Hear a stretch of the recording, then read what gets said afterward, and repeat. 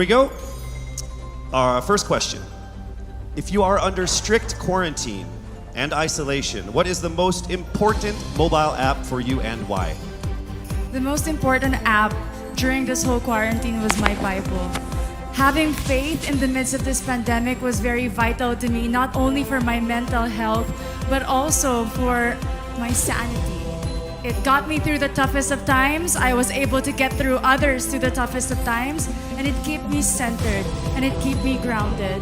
And that's the most important thing that I would need in a pandemic. Thank you. Thank you very much.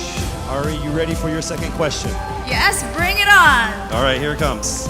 This pandemic has made clear our priorities, essential and non-essential. Where do pageants stand in this time of crisis? Time starts now. As we all know, pageants are a very, very inspiring event. Not only to the Philippines, but to every country who supports pageantry. It is important to stage a pageant and to show the Philippines that we are much more than our setbacks and our failures, and that we are able to overcome any adversity. Having a pageant symbolizes hope, and right now on this stage, that is who we are. Thank you. Thank you very much, Quezon City, Michelle Gumabao. And now we move on to our next candidate from Cavite, Kimberly Hackinson, aka Billy. Good evening, judges. All right, Billy, I will ask you two questions. You had a chance to pick your question backstage. After 30 seconds, you will hear this. And then I will ask you another question. All right, you ready? Here's your first question. What advice will you give to a first-time voter for the 2022 elections? Time starts. We have fought long and hard for our right to suffrage. And this is not something that we should waste. For us to be able to complain and be able to appreciate the things that we have as Filipino citizens, we have to vote. We have to participate in selecting our leaders. Thank you. Thank you very much. All right, here is your second question. This pandemic has made clear our priorities, essential or non-essential. Where do pageants stand in this time of crisis? I am someone who is usually an independent person. But because of this beauty pageant, I realized that I needed to ask for help. That I needed to reach out to people. And same goes for everyone else. To be able to survive something as big as this pandemic, altruism should be practiced and cooperation is always the key. Thank you. Thank you very much. Round of applause for Cavite, Kimberly Hackinson. Next up, we shall hear from Bohol, Pauline Amalix.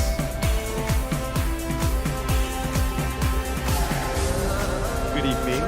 Good evening again. How are you? Overwhelmed, but all in all, very grateful to be here. Yes, here we go. Down to the final couple questions. I will ask you two questions. One, you pick backstage. After you hear 30 seconds, after you talk for 30 seconds, you'll hear this. And then I'll give you another 30 seconds to answer the second question. Are you ready? Okay. Your first question. What factors influence you in deciding on what to buy or post online? The factors that help me decide that is basically what I want to put out there, what I want to show the world about myself, how I want to portray myself. What matters most is that we know who we are, that we are true to our authentic selves, and that we always try our best to show and share that to the rest of the world, and hopefully inspire them to do the same. Thank you. Here is your second question. This pandemic has made clear our priorities, essential and non-essential. Where do pageants stand in this time of crisis? Go. I think pageants are now an amazing platform to show that not all our dreams are canceled. They're just put on hold. And for us, we're lucky that we're still able to make this one dream come true, to stand here, to spread hope, to rally people together in action and conversation. and spark change. And together, I'm sure we can make a positive impact out there on this stage. That is the essence of beauty pageants in the time of the pandemic. Thank you very much, ladies and gentlemen. Bohol, Pauline Amalinks. Now let's call on Iloilo, Rabia Mateo. Good evening. How are you doing? I'm nervous. For everybody. Okay. So I will ask you two questions. You're able to choose a number backstage. After you talk for 30 seconds, you will hear this. And then I will ask another question where we can receive another 30 seconds. Clear? All right, here we go. Your first question. If you could create a new paper currency with the image of any Filipino on it, dead or alive, who would it be and why? If I were given the chance, I want to use the face of Miriam Defensor Santiago.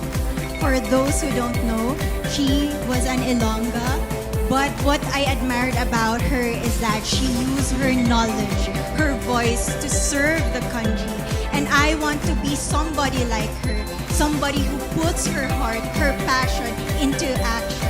And after all, she is the best president that we never had.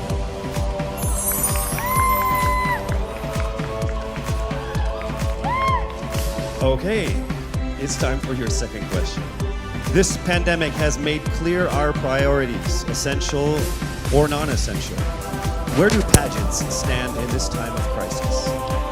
As a candidate, I know I'm not just the face of Iloilo City, but I am here carrying hope and as a symbol of light in the darkest times. And as of the moment, I want to help my community. I want to use my strength to make an impact. And that is the essence of beauty pageant. It gives us the power to make a difference.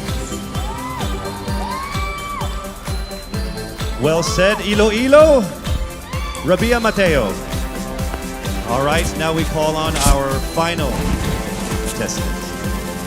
Parañaque, Maria Isabella Ismael.